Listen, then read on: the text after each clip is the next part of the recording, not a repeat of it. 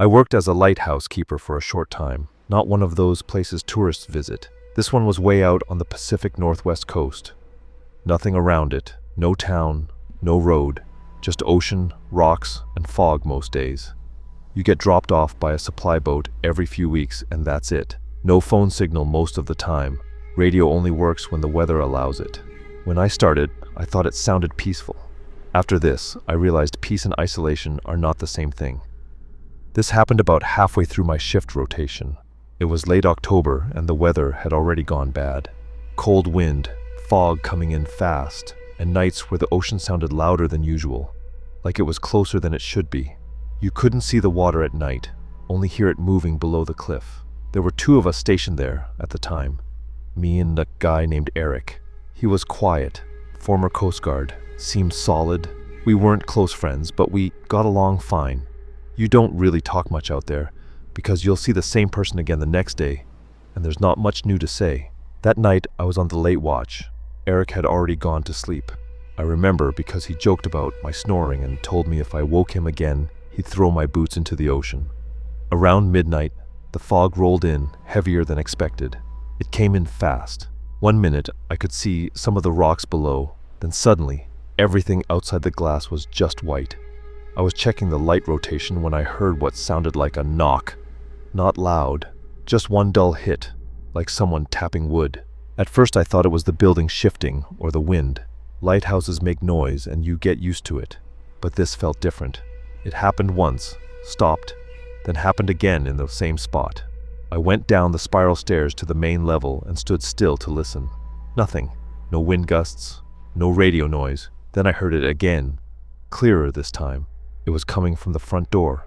Nobody was supposed to be there. The supply boat wasn't due for days. Fishermen didn't dock there because the rocks were dangerous and everyone knew that. If someone showed up, it already meant something was wrong. I opened the door just enough to look outside. Fog rushed in like smoke. I couldn't see the dock lights or even the ground in front of me. I called out something like, "Hey, can I help you?" and immediately felt dumb because there was no answer. Sound just dies in fog. I closed and locked the door and stood there listening. That's when I heard footsteps on gravel. Slow steps. Steady. Not rushing. They were moving around the lighthouse. Not back and forth, just walking in a slow circle around the building. I went upstairs and woke Eric. I told him someone was outside. He sat up, rubbed his face, and said it was probably wind or animals. I told him no. These were footsteps like human ones. After that, he got quiet. We listened together. The footsteps came back with same pace, same sound. Eric grabbed the radio and tried calling the mainland station, but there was no signal. He tried again. Nothing. He shrugged like it wasn't a big deal, but I could tell he was tense. We didn't have weapons, just a heavy flashlight and a flare gun. Eric took the flashlight. I took the flare gun even though I had no idea what I'd do with it. We went back to the door. The footsteps had stopped. Eric opened the door wider than I liked. The fog poured in. He shined the light around, but no one was there. No shape or movement. Then the light hit the ground near the wall. There were footprints, fresh ones. They went around the lighthouse in a clean circle. Eric whispered, "What the hell?" and that was the first time I heard real fear in his voice. We followed the prints with the flashlight. They went around twice, not wandering, just 2 slow circles. Then they stopped right in front of the door where we were standing. There were no prints leading away. No path toward the dock, no tracks coming from anywhere. Just circles, and then nothing. Eric said maybe someone got lost in the fog and panicked. I didn't argue, but neither of us believed that. We locked everything and went upstairs. The light kept turning like normal. We sat at the table and didn't talk much. Around 1:30, we heard the knock again. Same dull sound in the same place. This time Eric didn't move. He just stared at the door. The knock came again, slower this time. I called out, asking who it was, but no answer. Then the knocking changed. 3 knocks. Pause. 2 knocks. Pause. 3 knocks again. Eric quietly said, "That's on purpose." We stood there listening. The knocking stopped. No footsteps this time, just silence and fog. We stayed up until morning. When the fog lifted, the dock was empty. No boat, no damage or anything. The footprints were still there in the gravel like nothing had touched them.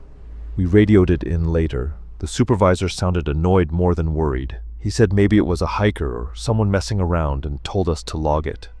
2 nights later, it happened again. Same time, same fog, same footsteps. This time Eric didn't wake me.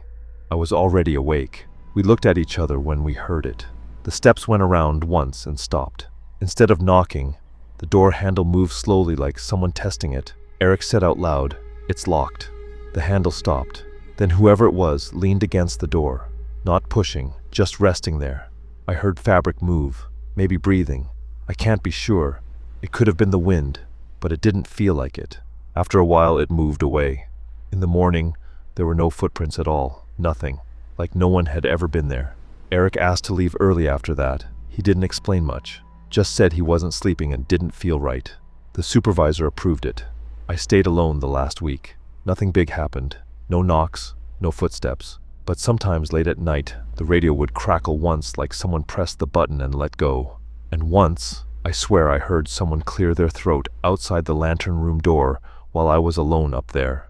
When my shift ended, I didn't go back. I didn't tell some dramatic story. I just said the job wasn't for me. That lighthouse is still active, still staffed. No reports, no incidents logged, till now.